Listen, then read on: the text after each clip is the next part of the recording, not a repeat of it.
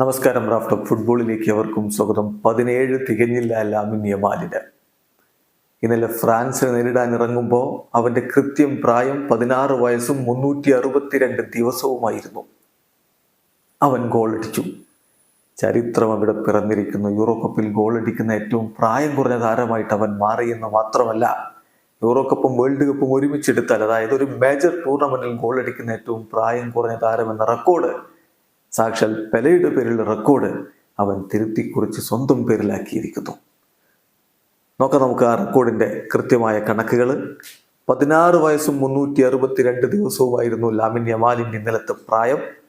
ഒരു മേജർ ടൂർണമെന്റിൽ ഗോൾ അടിക്കുന്ന ഏറ്റവും പ്രായം കുറഞ്ഞ താരമായിട്ട് അവൻ മാറി. ഈ റെക്കോർഡ് പ്രീവിയസ്ലി പെലെയുടെ പേരിലായിരുന്നു. 1958 വേൾഡ് കപ്പിൽ വെയിൽസിനെതിരെ ഗോൾ അടിക്കുമ്പോൾ അദ്ദേഹത്തിന്റെ പ്രായം 17 വയസ്സും 239 ദിവസവുമായിരുന്നു. ആ റെക്കോർഡാണിപ്പോൾ തിരുത്തി കുറിക്കപ്പെട്ടിരിക്കുന്നത്. കൂടാതെ Spain are the first side to win 6 games at a single edition of the European Championship finals.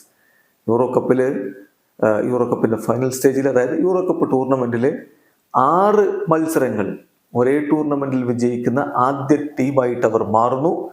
ഇനി വേൾഡ് കപ്പ് കൂടി ചേർത്തെടുക്കുമ്പോൾ അവരെക്കാൾ മുന്നിലുള്ളത് ബ്രസീൽ മാത്രമാണ്. 2002 വേൾഡ് കപ്പിൽ അവർ 7 മത്സരങ്ങൾ തുടർച്ചയായിട്ട് വിജയിച്ചുകൊണ്ട് കിരീടം ചൂടിയിരുന്നു.